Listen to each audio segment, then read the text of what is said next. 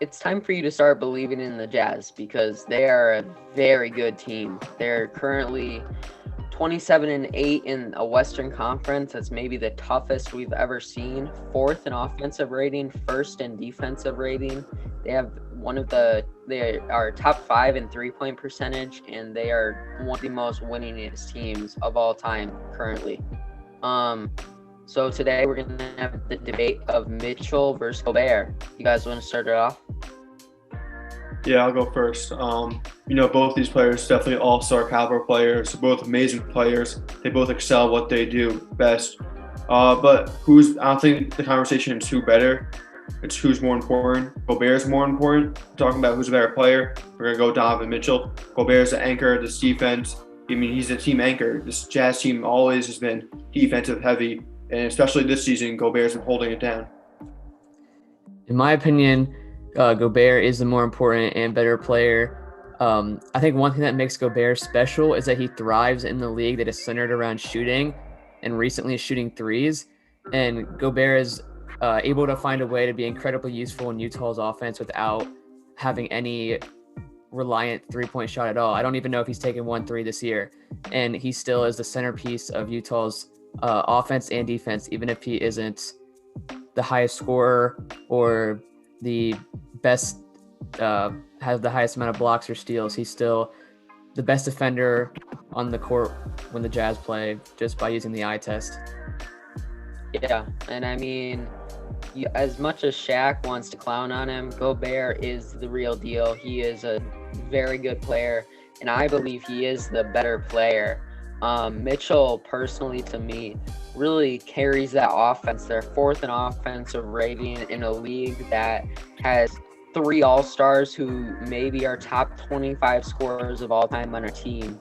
Like, there's so much scoring in this league. Offenses are so good. It's so hard to be such a good offense without as much star power as other teams, and Jazz are doing it. They're fourth in offensive rating. They have 3 all-star caliber players and plenty of shooting around them, and Donovan Mitchell is only leading that charge.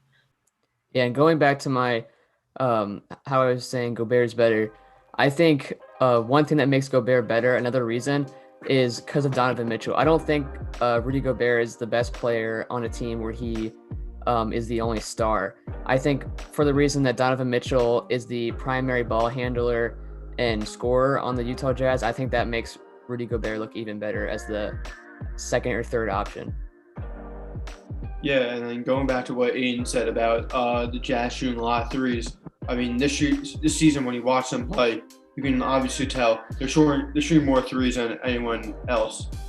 And I think that all kind of starts with Mitchell. He kind of changed that culture. Before they got there, they weren't like that, like kind of three-point shooting team. He's kind of elevated this offense to that level. And it's not just Mitchell shooting these threes. You have guys like Jordan Clarkson, Bogdanovich. I mean, I've seen Derek Favors even take some threes this season, which is interesting. But I like this team a lot. For the players in the Jazz, they're over 40% from 3. They have 6 10-plus point per game scorers, and yeah, it's just showing that this Utah Jazz team is taking more threes than any other team, and they're taking the least amount of 2s in the league. Yeah, and Royce O'Neal, he can guard all 4 positions on the court. Georges Niang, Miaoni, and Juwan Morgan, they're all versatile wings who can play defense. They can shoot the ball, and they can they're all versatile wings who can play defense, shoot the ball, and grab rebounds. And I think that's a big part of this team, and it really helps them to succeed.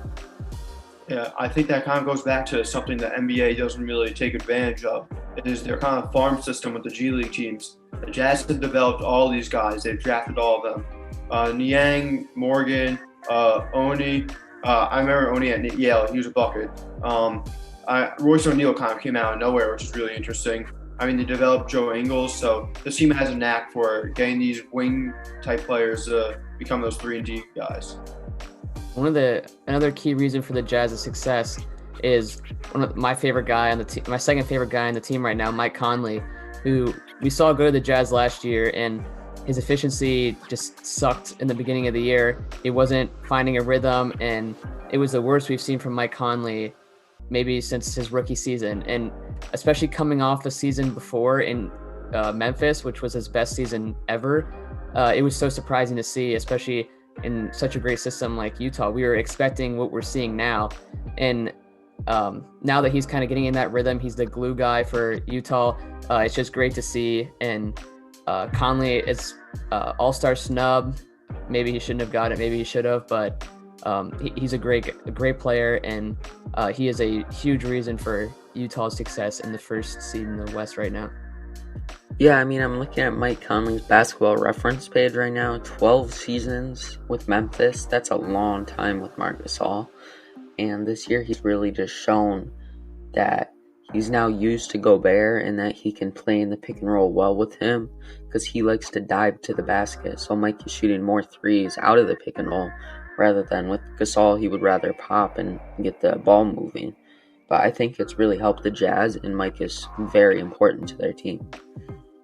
Seeing that the Utah Jazz are sitting first in the West right now, 3 games ahead of second place, which is the Lakers, where do you see this team in the next month or two?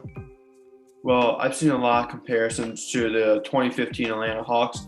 I personally don't see it. I think this team is much deeper in that. I think Gobert and Mitchell are a much better duo to have than Paul Millsap and Al Horford. Even though they're both great, I think just having that pick and pop is so much better. This team's a lot deeper. Clarkson's the unanimous 6th man of the year. Conley's might be the perfect third option next to both these guys. And you have a nice group of mix of scoring with Bogdanovich and Ingles. I mean, 1 seed maybe. I can see him falling to the 2nd seed. I'm not sure how hard their schedule is, but they'll definitely be at the top of the West. Yeah, I can see the comparisons where you're coming from the Atlanta Hawks team with the multiple potential all-star players, but I think you're exactly right with they have better three-point shooting, better star power, and pretty much upgrades in general from that Hawks team. But yeah, I think the Jazz will be a top 3 seed, and I think they can make a run to the 2nd round and maybe in the Western Conference Finals against one of the LA teams. For more creative, informative, and high-quality sports content, make sure to follow Phenom on TikTok, Instagram, and Twitter, as well as all of the Phenom podcast channels for each sport. The link tree in the episode description includes a direct link to all of the aforementioned platforms, so click on that to access everything. Phenom boasts a team of over 100 youth contributors from around the world, covering every sport on every media platform. If you are interested in potentially joining the Phenom team as a writer or content creator, send an email to cole@phenommedia.net showing your interest. If you enjoyed the video, make sure to like, comment, and subscribe so we can grow the channel. We really appreciate it. Thanks for watching, and see you next time.